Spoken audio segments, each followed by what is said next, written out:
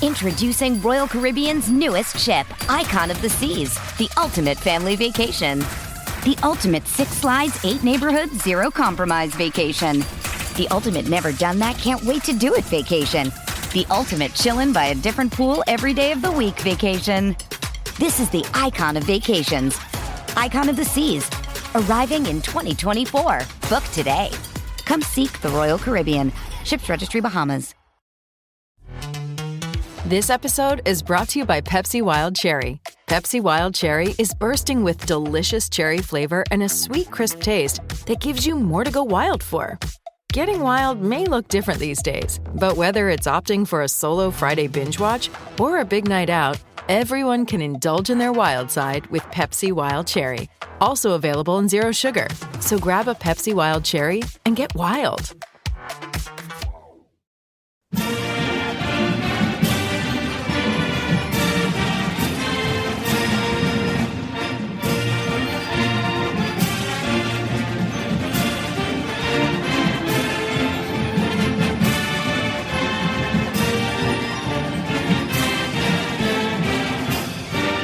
Duke fans, welcome to a celebratory episode of the Duke Basketball Roundup. We are here to talk about the big news that happened just a short time ago.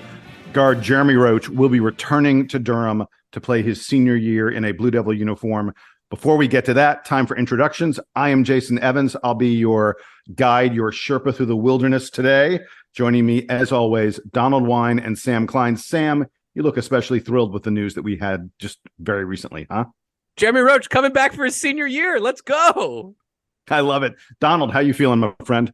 It's scary hours. I love it. Let's get into it. We will get into it. Just a short time ago, Jeremy Roach declared that even though he had entered the NBA draft, he has decided to pull out, and he will return to Durham to play for the Blue Devils. He, of course, last year averaged a career-high 13.6 points per game. You could count on him to dish out a few assists. We've talked extensively on this podcast about the many contributions that Jeremy Roach brought to the team. Donald, I'm going to come to you first. What is it you're most excited about having Jeremy Roach back in uniform to do for the Blue Devils with next year's team? So, first of all, Jason, I think we've talked about this in the show before, but I believe he is the first Duke player since Javin DeLaurier to test the NBA draft waters and then actually return to Duke. So very, very happy, first of all, that he is returning. I think once again, it adds a lot of elements. You mentioned the scoring, you mentioned the assists, the leadership capabilities. Remember, he was the lone captain last year. Returning captain, yeah. Returning captain. Very often. We usually our captains are sophomores and juniors. Now we have at least one senior captain, and I assume from this list of guys that we have on the roster, there may be one other that can join him next year because we have continuity. We have 4 or 5 returning starters. We have, guys off the bench, Young, Reeves, Blakes, Shoot, all those guys. We have the new freshmen coming in. It's so exciting right now. Like when we talk about this team, I said this before, but this is going to be a year of expectations. We have some big expectations put on this team, whether fairly or unfairly. The return of all these guys, plus the addition of the newbies, and even we're talk about a potential transfer that might be coming to Duke to visit this week.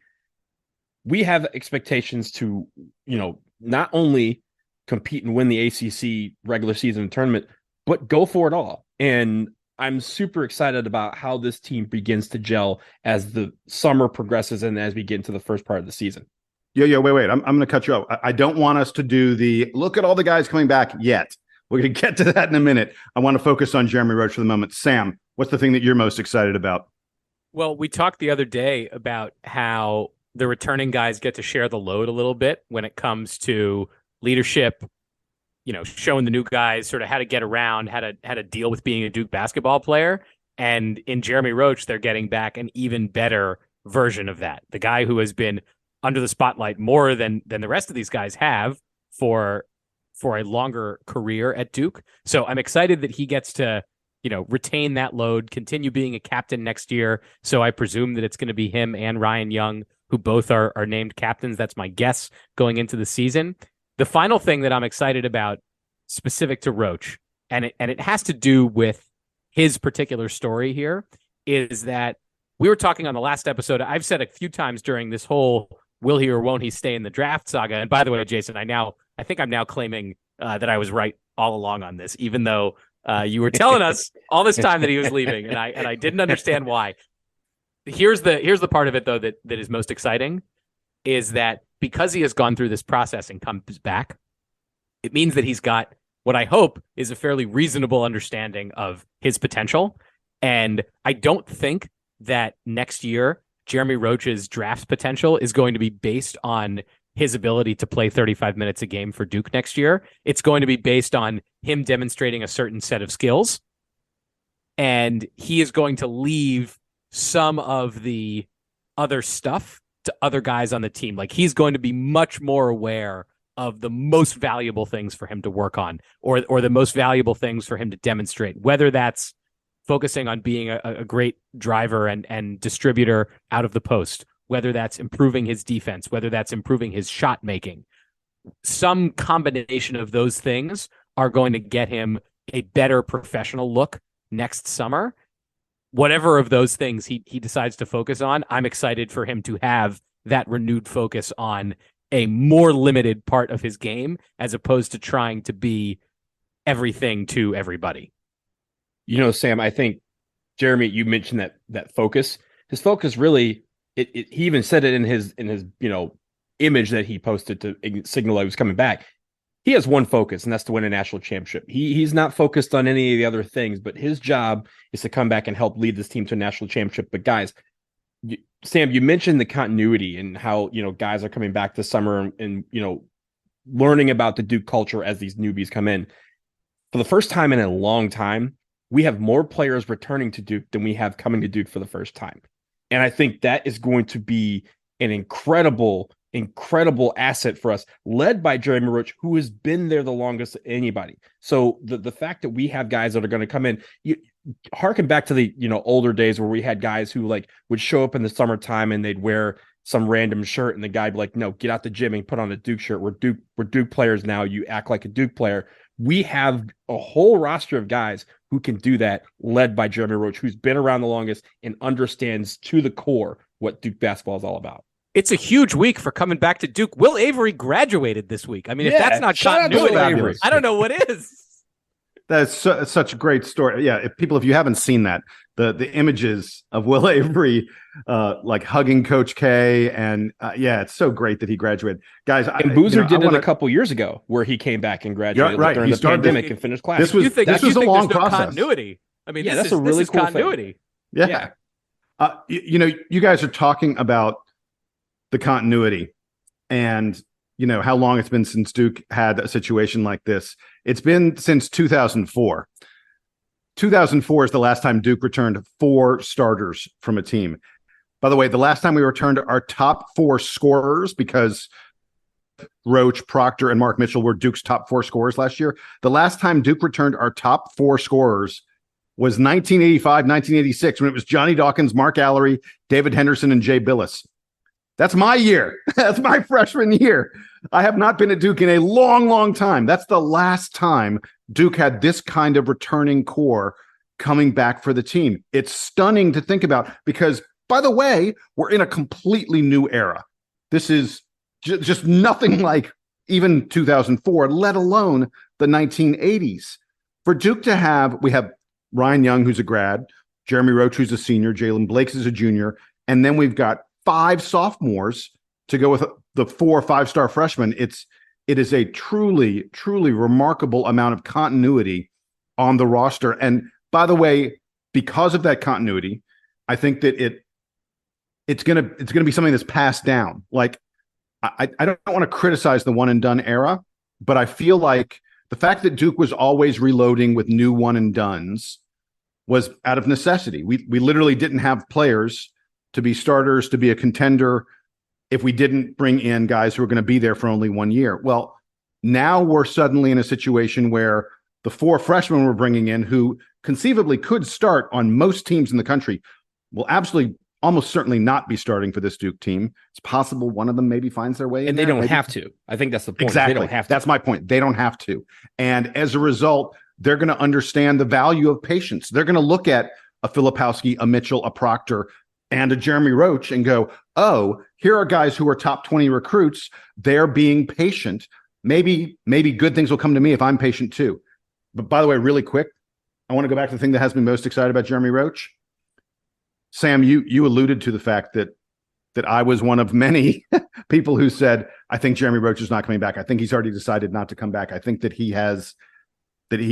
we've been saying almost for the entire year that he was eyeing the NBA.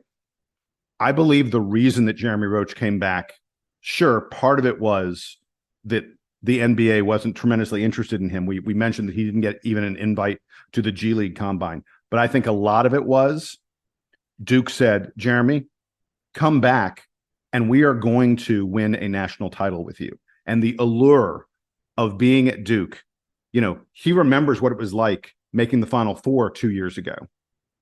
I guess a year ago, whatever, depending on how you count your timelines. But I think Jeremy Roach, one of the major reasons he is back is that he recognizes I can be a part of something I can be the captain of something really, really special. Legacy. Just think about that. The only, returning senior to a team that could possibly win a national championship. If he does that, Jeremy Roach is going to be a household name in Duke households for the rest of our time, because he will have earned that by coming back and being one of those, again, 4-year starters / contributors to a team that eventually went from, getting to the Final Four, maybe, the second round, and then all of a sudden winning a national championship. His legacy will be forever sealed. We'll see his jersey and his pictures of him in the Hall of Honor for the rest of our lives.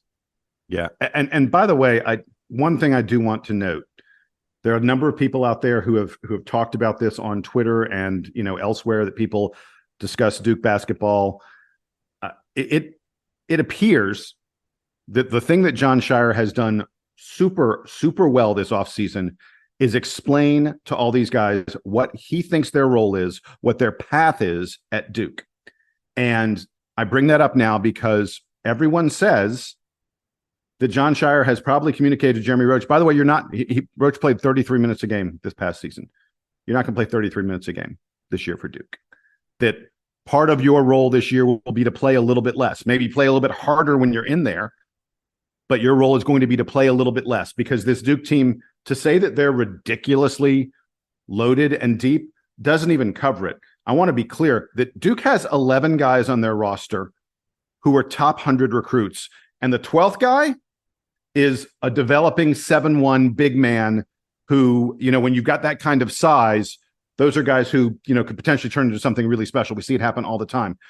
The depth, the competition in practice to see who can make the second five to just be in scrimmages is going to be incredible. In the backcourt, it's going to be incredibly intense. It is entirely possible, nay, likely, that one of these top 50 guard wings is not going to be playing when we have a 5-on-5 scrimmage. It's unbelievable. Sam.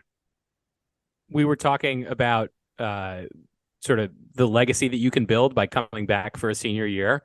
I don't know if you guys remember this, but when Jon Scheyer was at Duke, he was on the ACC all-freshman team, but otherwise basically had no regular season honors. He was ACC all-tournament team or tournament MVP his junior year, but going into his senior year, that's not a bad award. Which is not a bad thing, but that's representative of 3 games, right?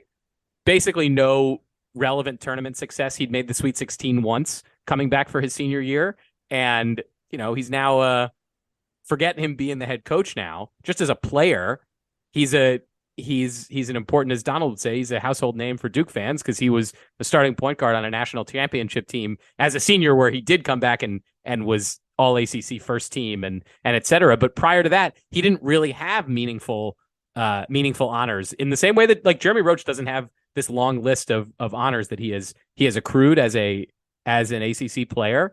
But who's to say that he won't come back and win a bunch of ACC awards and take the team back to the Final Four and all of that stuff. So he is in as good of a position as Jon Scheyer was when Jon Scheyer was a senior. And you know what?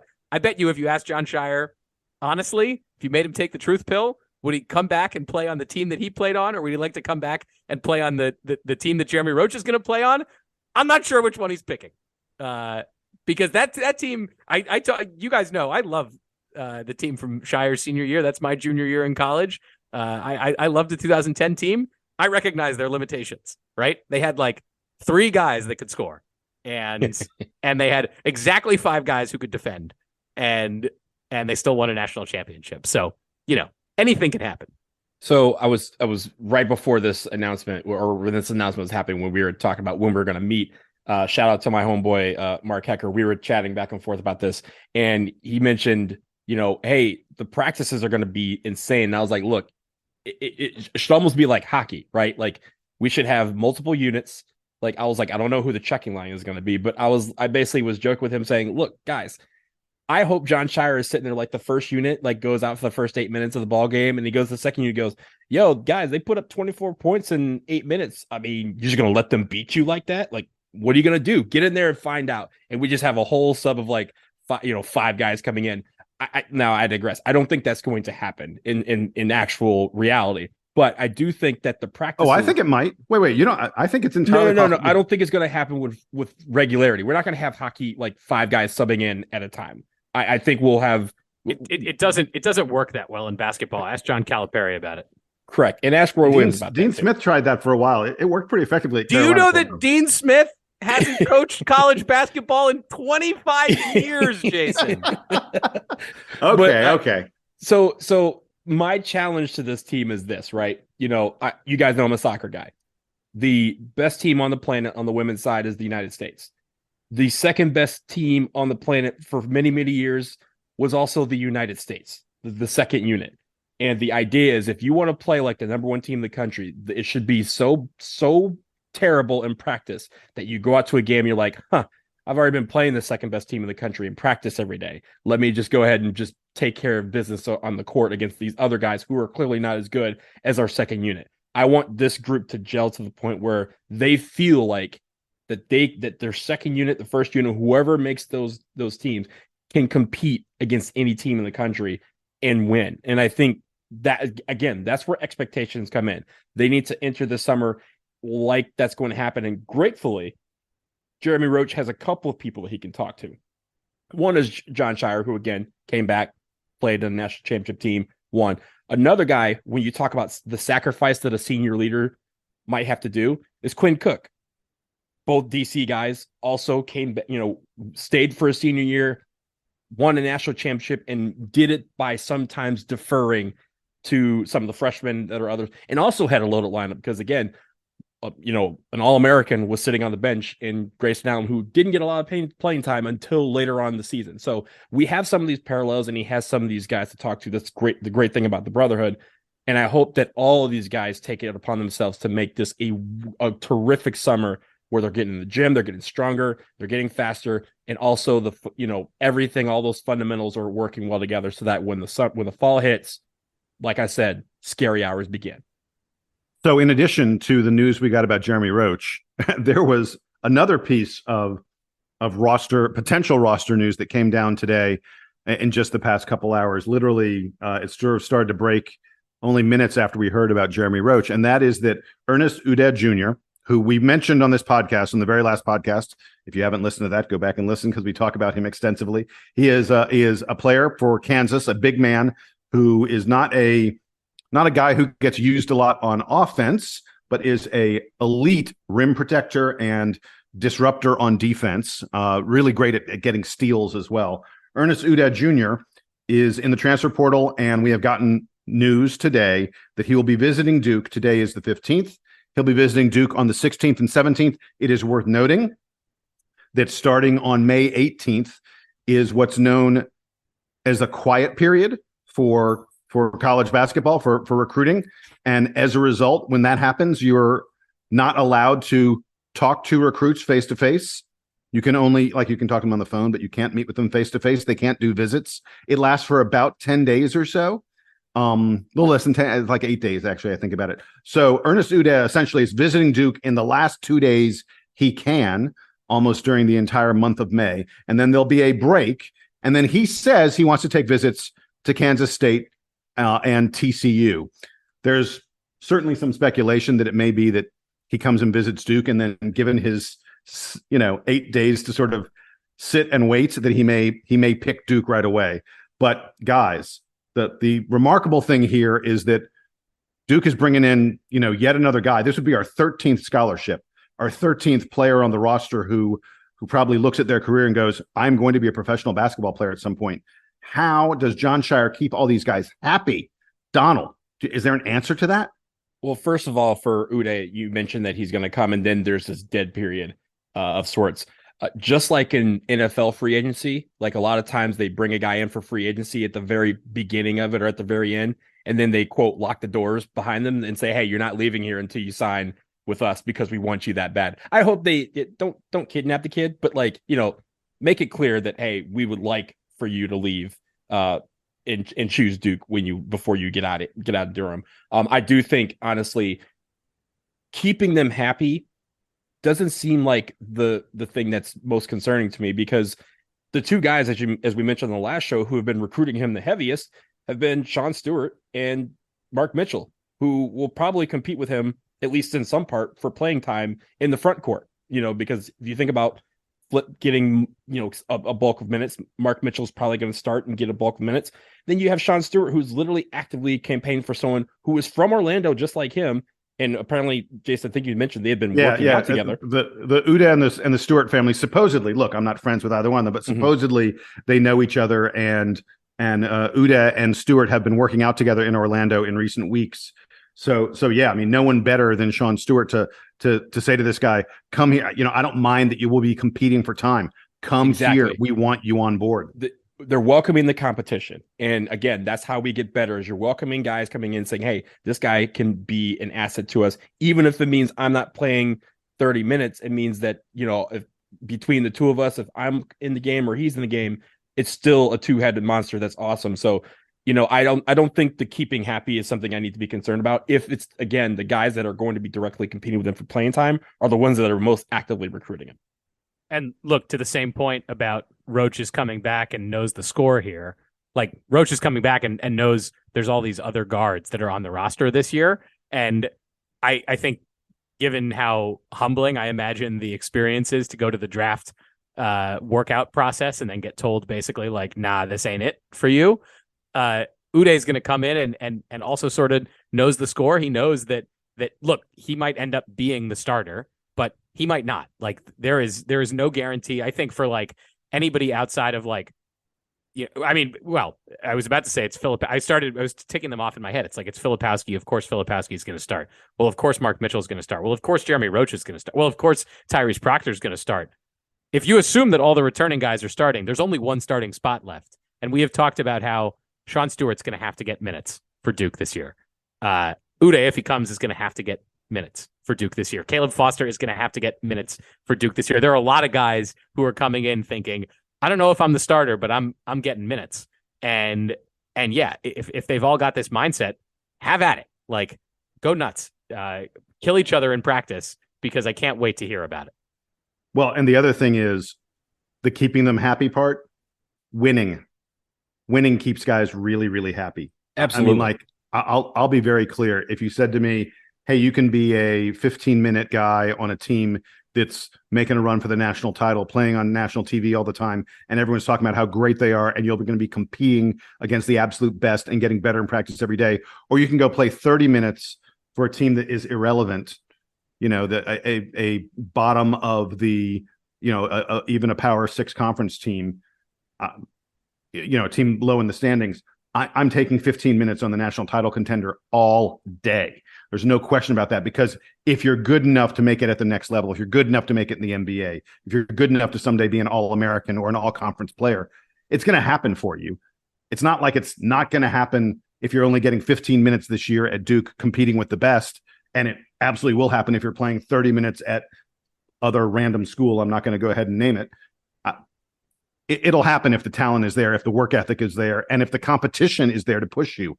And I think the winning and the competition are two things that all these guys understand and they are excited for. I absolutely, none of this is happening without these guys being aware of it. It's not like we're sitting here talking about the minute crunch, and Caleb Foster and Jared McCain and TJ Power and Jeremy Roach and Sean Stewart and Ryan Ernest Young Udeh and Ryan Young aren't aware of it. It's not like they're like, what? Huh, I had no idea all these other guys were on this team. They're going to show up. They show up at Durham like, wait, you're here too? Huh? Yeah, didn't know that.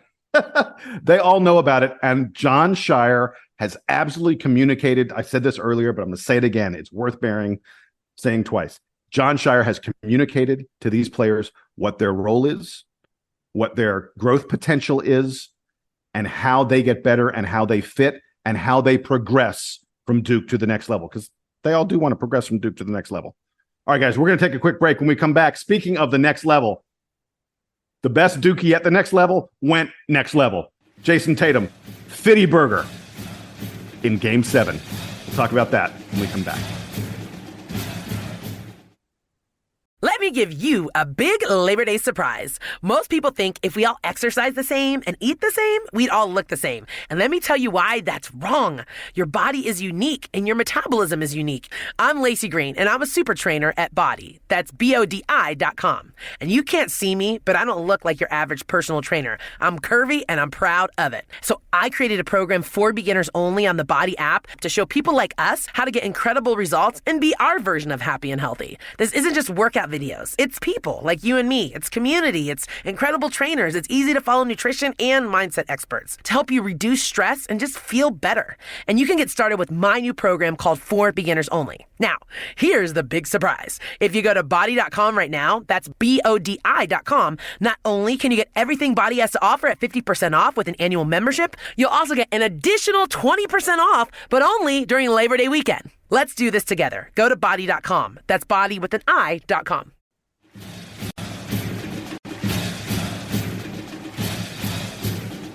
We are back from the break, and it is a real simple conversation to be had. How great is Jason Tatum?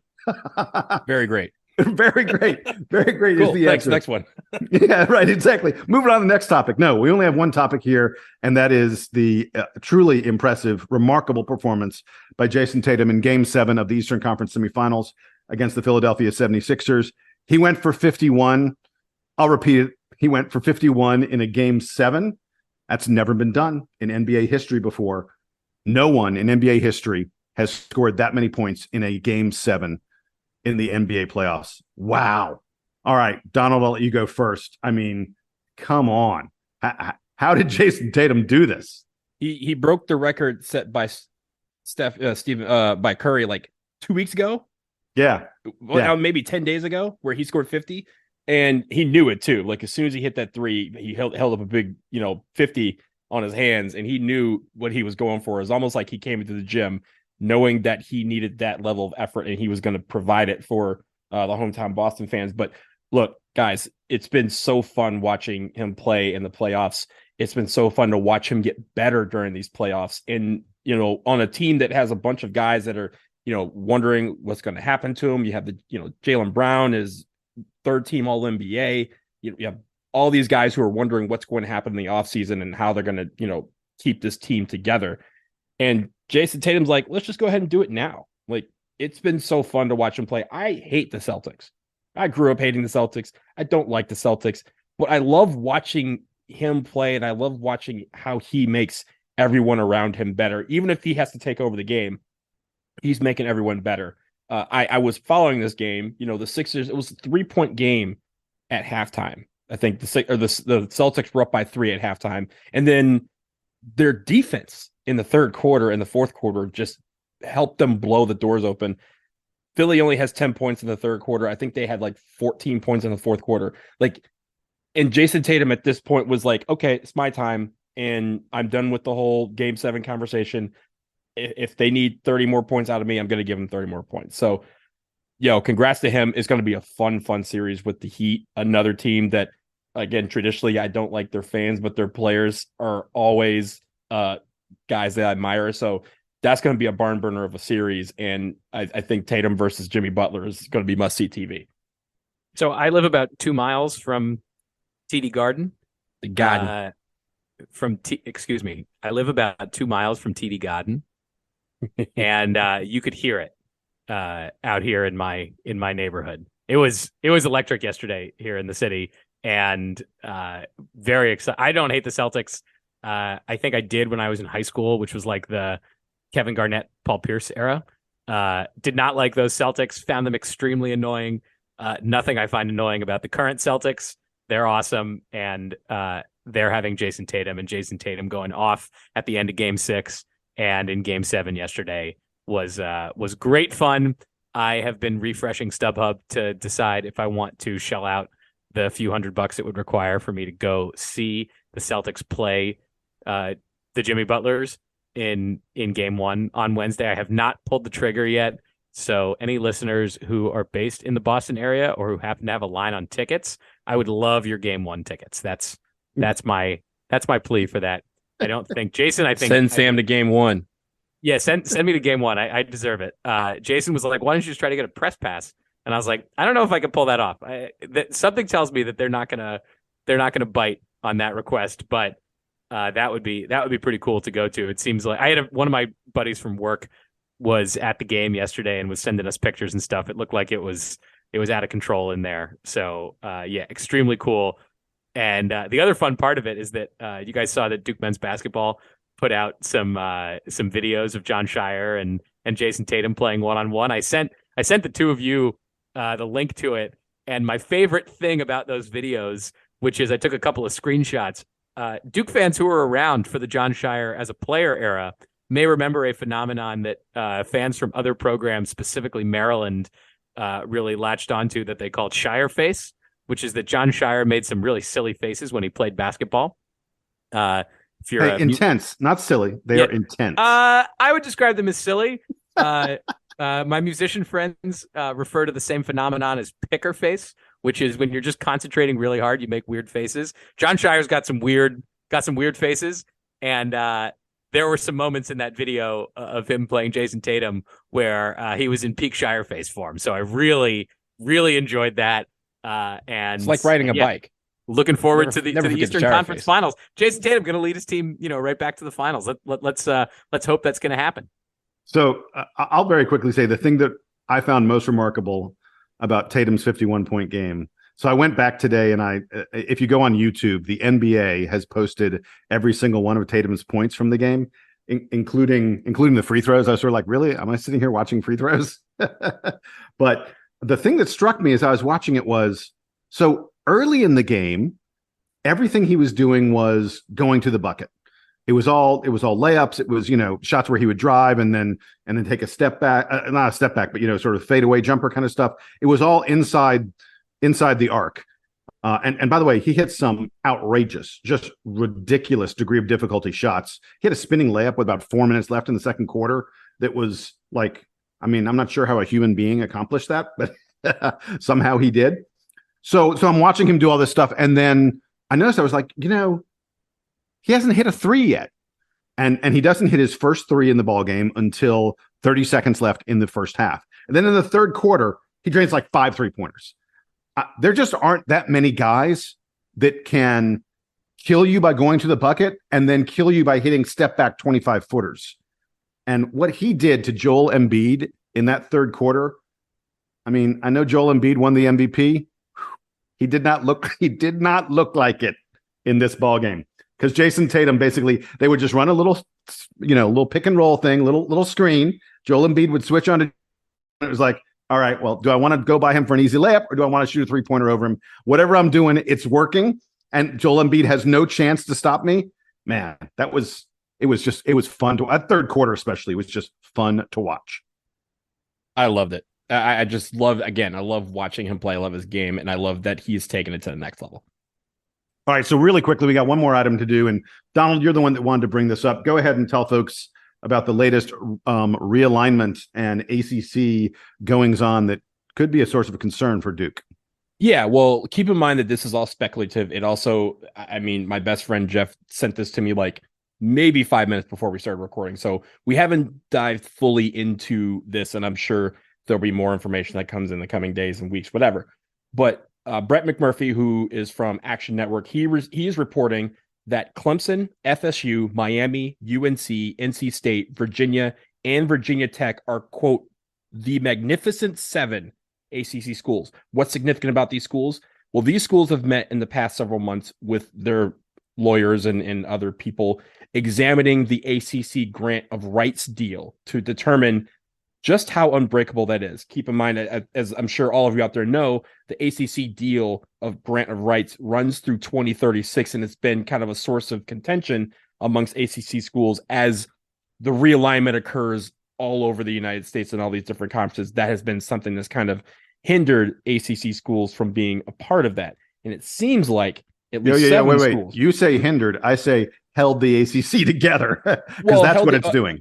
Yeah. It is definitely holding the conference together. I think from the school's perspective, these schools who have been entertaining the notion of leaving the ACC, this grant of rights deal has kind of precluded them from even considering it. It seems like at least 7 schools are trying to figure out how to break that grant of rights deal, or how much money they need to throw at it to make it go away. This is a cause for concern because if you look at the teams that listen to the teams I just mentioned, none of them were Duke. At least from this report. Now, there's some people in the replies saying that Duke might be involved in some fashion, but it feels like at least, if there's 7 teams that are actively talking about how to break this grant of rights deal, then the ACC needs to consider the fact that they may need to be having some more of these discussions as a whole conference in the next couple of weeks. I think they're actually meeting this weekend, in their annual AD retreat that they do on Amelia Island. So I'm sure this will come up, but definitely something to keep in the back of our minds, because I don't think anything is coming quick and fast, but I do think, some movement is clearly being made to try and rid the ACC of this grant of rights deal.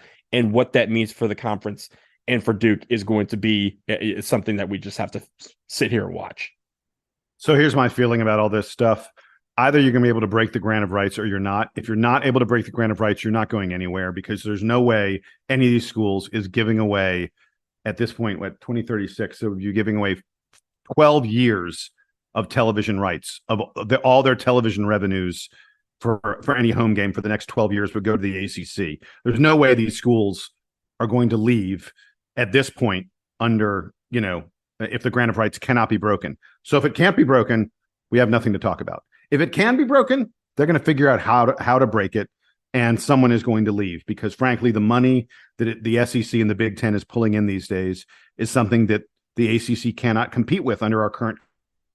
And even if we tried to renegotiate that contract, we still can't compete with it.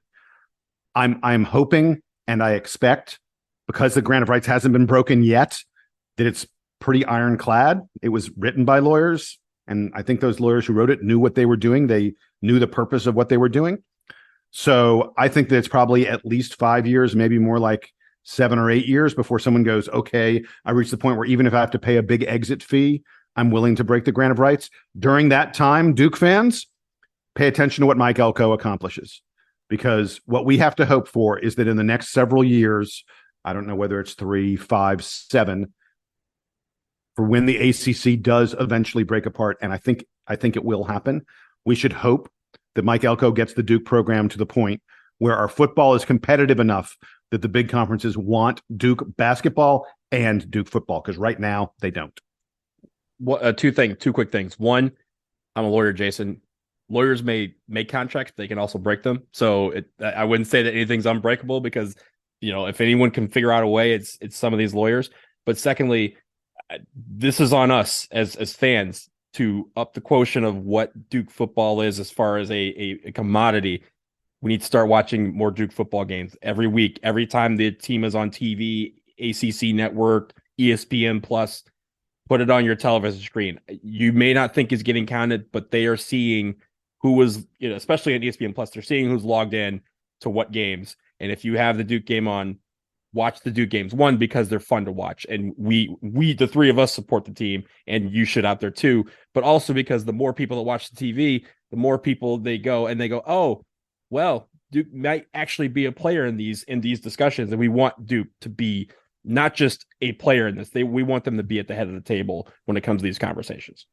Guys, I have really bad news about Duke's TV ratings over the next 3, 5, or 7 years. They're not going to put the program in the top half of the ACC when it comes to who's potentially going to get realigned into new conferences. So this, to me, this story sort of feels inevitable. I've said before that like I don't see a way for Duke to convince any, I say any, either of the Big Ten or the SEC that they're worth, taking one more spot on. That being said, the logistics of all these other programs getting gobbled up by these conferences also does not feel to me like it is inevitable. Look, I understand that NC State has, more TV eyeballs than Duke does. Fine. Is NC State like accretive to, in terms of TV eyeballs to be at least like in the top half of the SEC? No way. Is Virginia? No. Is North Carolina? I doubt it. Maybe Virginia Tech. Maybe Carolina. Carolina does have maybe Carolina is. Maybe like Clemson probably is, given how good they've been Clemson the is last for sure, 10, 12 years.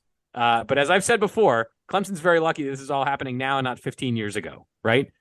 Virginia, not like I'm not convinced that when all of this is said and done that these conferences actually want these programs around. I would not be surprised if there are leadership in the Big Ten that are like playing Rutgers every other year and going, man, why are we playing Rutgers every other year? Like, what is even the point of having this program here? They don't make sense anymore the way that the TV money is doled out. And if we took a Virginia or we took a NC State or whoever, like that's not happening again either. Duke's only hope of getting picked up is that the basketball program is so awesome and is so much more attention grabbing than basically any other basketball program that you sort of ignore the numbers around football eyeballs. But I don't imagine that is going to happen. Well, Sam, that's exactly what I was going to say. I was going to, my counter argument to you is the football program, the Duke football program doesn't have to get ratings like they are one of the top, 5 or 6 teams in the ACC. If they can get close to the middle, then the plus of basketball. And by the way, look at the numbers. Duke basketball draws really impressive television ratings. And so if you get the football where the football isn't such a huge net negative, then the basketball can carry both programs and the rest of the Duke athletic program over to one of these bigger conferences. So I was going to say with the ratings for football, I think when we talk about I might have to refresh my memory, but it was like a last summer, there was only like 4 or 5 teams that were over 1 million viewers per week, and it was like Clemson, FSU, Miami, UNC, and then I'm including Notre Dame in this because Notre Dame is part of the ACC except for football, but they were part of this. But the great thing about that for Duke this year is they play Clemson, they play Florida State, they play UNC, and they play Notre Dame. They don't just give those ratings to one school. So you can say, hey, if 1 million people going to watch Notre Dame every week, then okay, they're watching Duke Notre Dame. They're going to, Clemson going to, that Labor Day game to open up the season is against Clemson. There's going to be a lot of eyeballs on that game. Duke needs to perform, but people also need to tune in. And it's great that we are playing some of these big teams that are included in this conversation that are drawing, 1 million plus views a week. That'll help with Duke's numbers, because if you remember in previous years, we weren't getting those teams maybe once every 3 years. That also hurts some of the numbers that we're talking about when we talk about realignment. All right, guys, that's going to do it with this latest episode of the Duke Basketball Roundup. Thank you, Donald. Thank you, Sam. Thank all of you for listening. I'm Jason. Here's the Duke Band to play us out and take us home.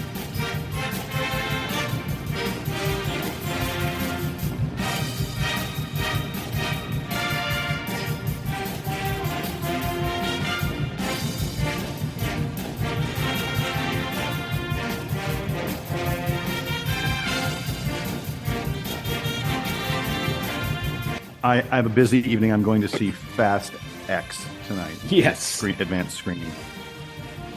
I'm not excited for this. Jason, you're not excited for the new Fast?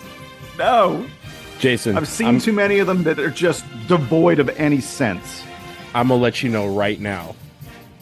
I love you. I love the fact you do these reviews. I don't give a good goddamn what you think about this movie. I am going to see it. I might see it 10 times. I don't care. This is what I've been waiting for.